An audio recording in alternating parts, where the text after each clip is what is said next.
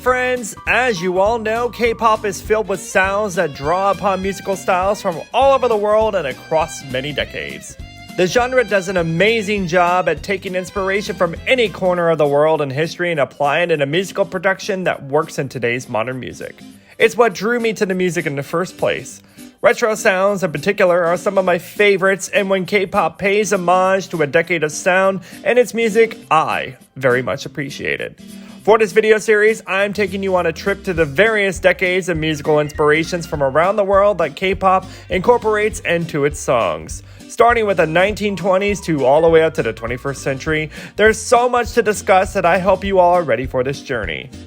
But before we go any further, there's a caveat to the songs discussed within each decade, and that musical styles often borrow heavily on not just one, but several musical styles, and some of those styles borrowed from styles before. For example, 1980s freestyle has varying degrees of Latin beats, but it also borrowed from the 1930s jazz and swing styles. So, when I mention certain music influences, it will be possible to hear other influences in the same song. I'm just focusing on one sound as an example, so don't at me. But remember, this is a safe space, y'all, and we don't need to be throwing shade. Because I do that on my other videos, thank you very much.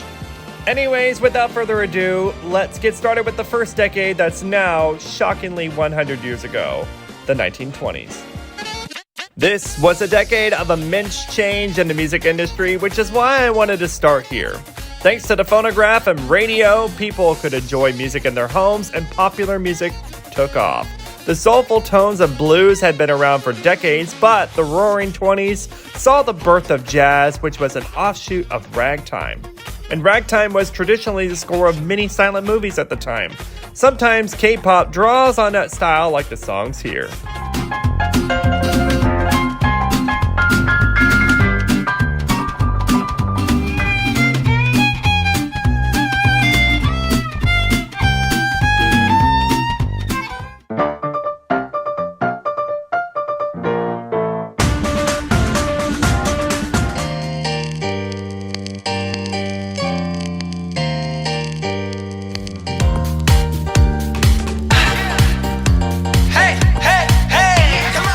Jazz in the 20s and its offshoots in the following decades was fast-paced with a lot of brass, double bass, and piano, and is noted for its improvisation. It was immediately embraced as a symbol of the energetic decade. The following K-pop songs are great examples that pull from the 1920s jazz and early swing sounds.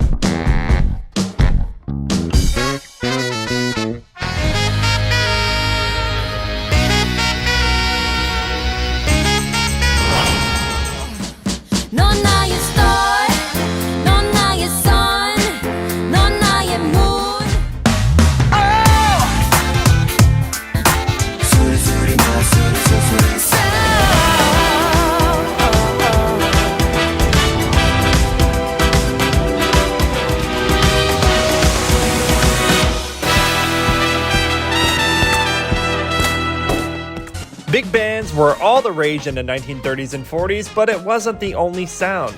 Swing evolved from jazz and came into its own at this time, and the composite style of rhythm and blues sang deeply to the hearts of the listeners, since most R&B singers originally performed gospel and spiritual songs. But it quickly became very secular, and audiences loved it.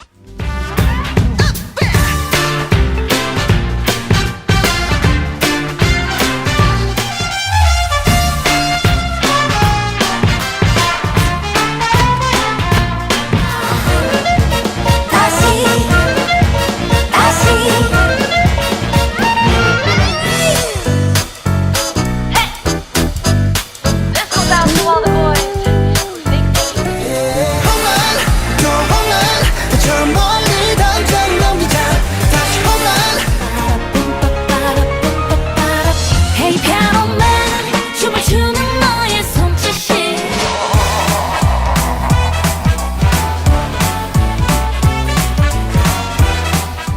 Rhythm and blues continued in the 1950s, but I'm going to focus on the new sounds of this decade.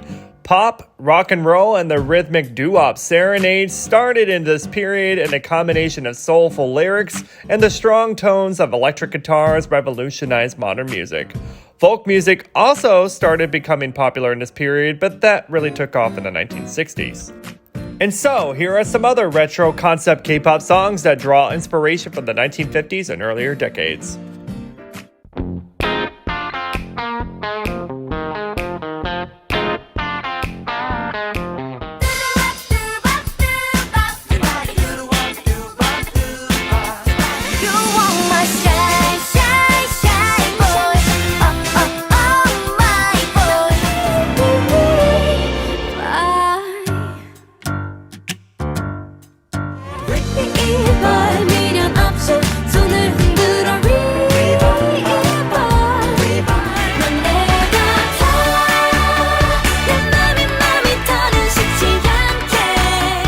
In addition to all that was going on in the Western world, within Korea itself, they saw their own popularity with what we call trot music, which is a genre known for its repetitive rhythm and vocal inflections.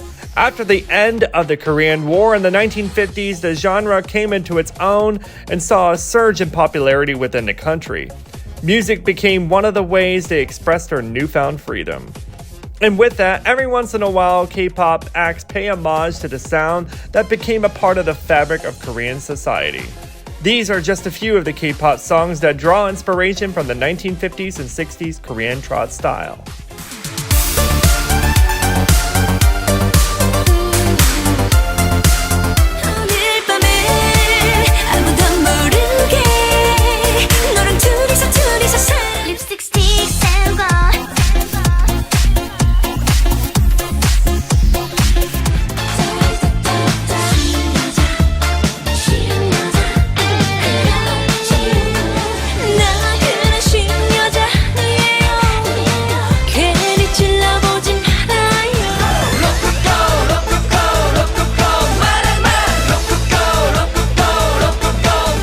So there you have it, music influences from the 1920s through the 1950s. It's a shame that people don't borrow from these decades more because this is when people were experimenting with different musical styles and recording technology.